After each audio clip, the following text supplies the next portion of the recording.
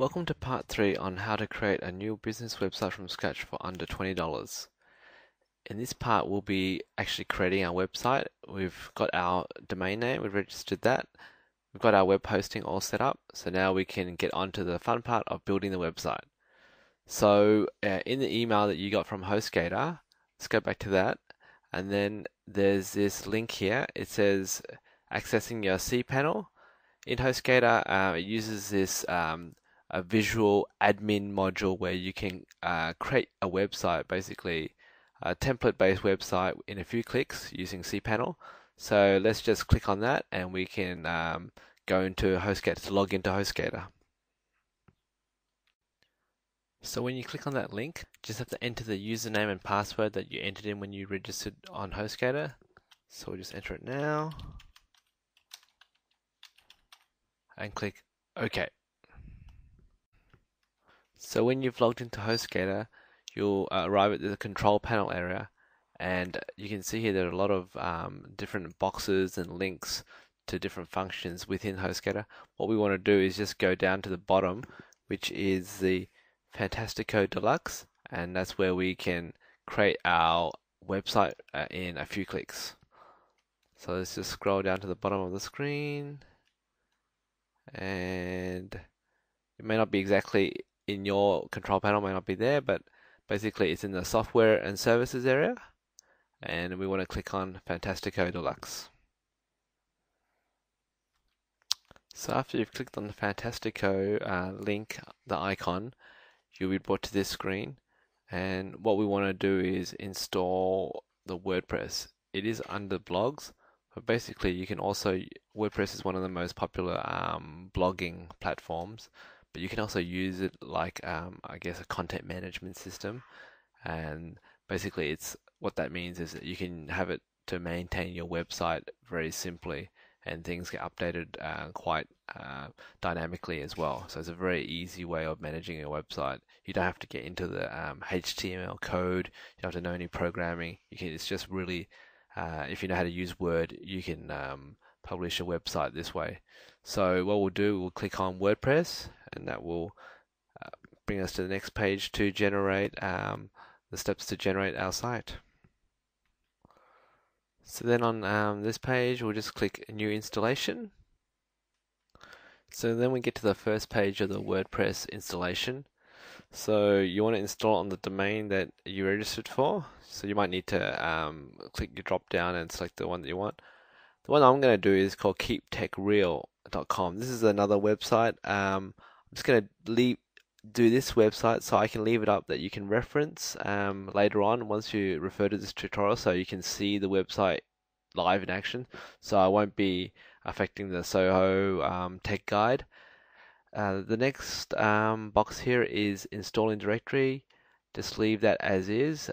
Usually you want people just to go straight to, say, keeptechreal.com, unless sometimes if people have a blog, they might want to put it as a blog, for example there, but we'll just keep it blank. Administrator, really important. Don't use admin, because a lot of people, they use admin, and I guess it's easier for people to hack your site if they know the typically username is admin. So put something a bit more useful. Maybe I'll just say keep tech, and then or you might want to make it very obscure as well. A password, enter a strong password, combination of uppercase numbers and special characters. For this demo, I'll just do password. Hang on, how do we do password 1, 2, 3. Yeah, there we go. Alright, so the admin nickname can be anything really. Let's put Andy. Andy at keeptechreal.com. The site name is called keeptechreal. And description. So this site name and description, these two areas will be something that will appear on your site. So we'll see that in a second when we create it. And description, you might give a single sentence. The source of real tech in the 21st century. And then just click install WordPress. So then we get to the second step, which is just confirming the URL to access it, and we'll just click finish installation. And then it's done. So basically, just make sure you keep these details, your username, your password to log in, and then this is to access the admin area of your website. So that's the WordPress admin area. So it's that's very important to keep a hold of those details there. So just copy it down somewhere, and so the next step is for us to log in and check out our website. So we'll just click on the link and go. And here, this is the WordPress login page, and here we'll just enter our username and password. Oh, let's keep tech password. Let's log in.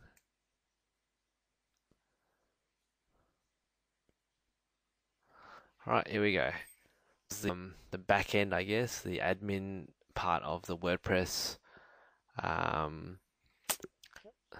application, and it seems like a lot of things here, and you'll get used to it after you've looked at it for a little while. But basically, on the left down here, you got your key menus that you can access. And the main ones you'll be using, if you just have a standard website, will be the pages. If you want to add blogs to it, blogs to your website, it'll be posts and pages, and then just you'll be touching the settings every now and then, but only up front. You might add some plugins. So plugins are things that can extend your site. So with WordPress, it's got a core functionality, but then if you want to make it more functional, then you add plugins to extend it. What we'll be doing first is actually changing the appearance of the site. So at the moment, we just click on Visit Site, and then you can see what it looks like. Unfortunately, this screen that I'm recording at is very small, so you're not going to see the whole thing. And in a further tutorial, I will try to change it to make it a bit easier to read. So that's your site, effectively. So it's up and running. So if you go to Keep Tech Real, it'll probably be different now to what you see at the moment. But if you follow the steps that you've seen here, you've got a site up and running, and it's only been a few steps to actually get there. So it's quite simple process in getting your site up and running. If you just want a basic blogging platform, blogging site, but all we want to do is actually customize this to make it more like a typical website. And that's what I'll do in the next part of this tutorial series. So just stay tuned, and we'll get to customizing this site, and I'll make the screen a bit bigger so it's a bit easier to see as well.